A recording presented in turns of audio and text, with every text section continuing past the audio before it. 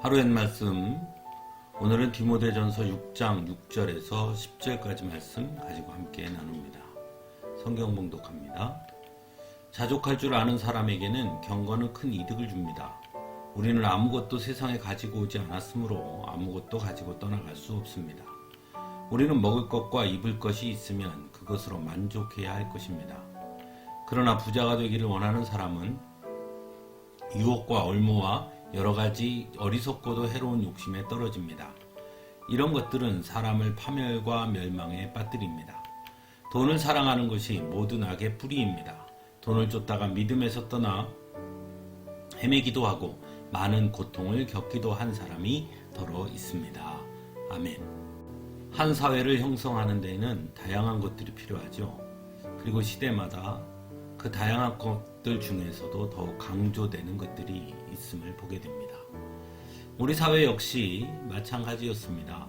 한국 전쟁 이후 무너진 사회 기반 시설 속에서 우리 국민들은 국가 경제 발전을 매우 중요한 가치로 여겼습니다.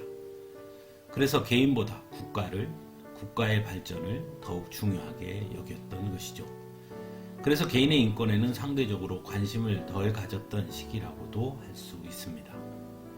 이후 군부 독재 시대를 지나면서는 우리 국민들이 중요하게 여긴 것은 바로 민주라는 가치였습니다. 우리 사회의 주인이 특정한 사람들이 되어서는 안 되고 우리 국민 모두가 주인이 되어야 한다는 것이었습니다. 민주라는 가치와 함께 통일에도 관심을 기울였던 시기였습니다. 왜냐하면 독재가 가능하도록 했던 원인 중에 하나가 바로 남북의 분단이라고 여겼기 때문입니다. 그리고 1990년대에 들어서면서 우리의 관심은 세계화에 쏠려 있었습니다. 즉 우리 사회에서 벗어나 전 세계를 바라보는 눈을 갖고 세계와 함께 발맞추어 나아가야 한다고 생각했던 것입니다. 그리고 지금 우리 사회의 관심은 온통 경제에 쏠려 있다고 해도 과언이 아닐 것입니다.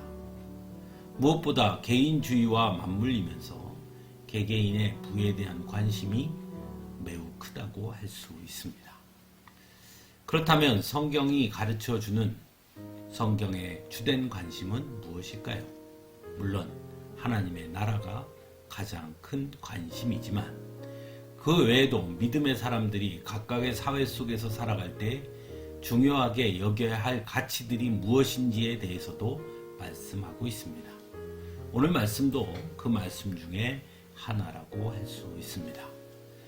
먼저 사도 바울은 오늘 본문에서 자족할 줄 아는 사람에게는 경건은 큰 이득을 줍니다 라고 전하고 있습니다.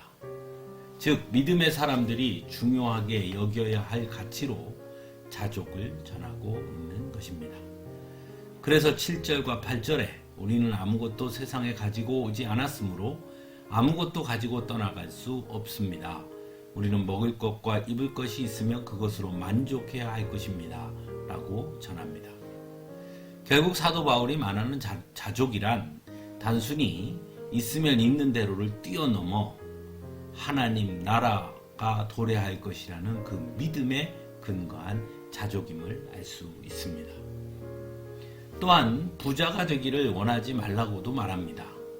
그래서 9절에서는 부자가 되기를 원하는 사람은 유혹과 올무와 여러 가지 어리석고도 해로운 욕심에 떨어지며 그런 것들은 사람을 파멸과 멸망에 빠뜨린다고도 말합니다.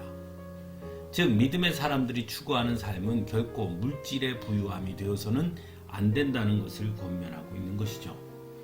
왜냐하면 물질의 부유함을 쫓으면 결국 그 물질이 우리를 지배할 수 있게 된다는 것입니다.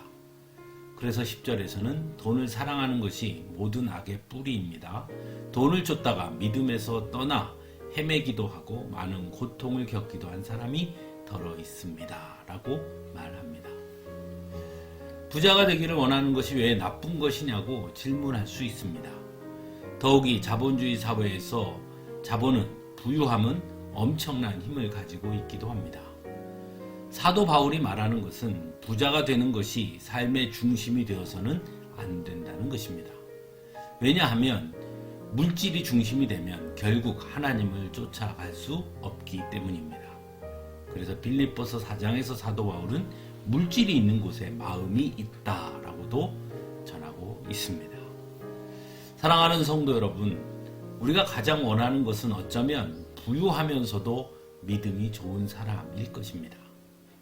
그런데 중요한 것은 우선순위입니다. 믿음이 좋고 부유한 사람이 될 수 있어야 하는 것이죠. 그런데 그것이 그렇게 쉬운 일이 아니라는 것입니다.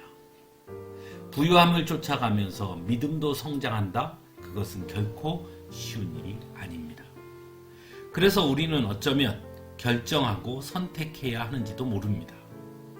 물질의 부유함은 갖지 못하더라도 주신 것에 만족하며 하나님 중심으로 살아 더욱 좋은 믿음을 갖기 위해 살 것인지, 아니면 부유함을 쫓다가 중심을 빼앗겨 하나님과의 관계가 약화될 것인지를 말입니다. 함께 기도하겠습니다.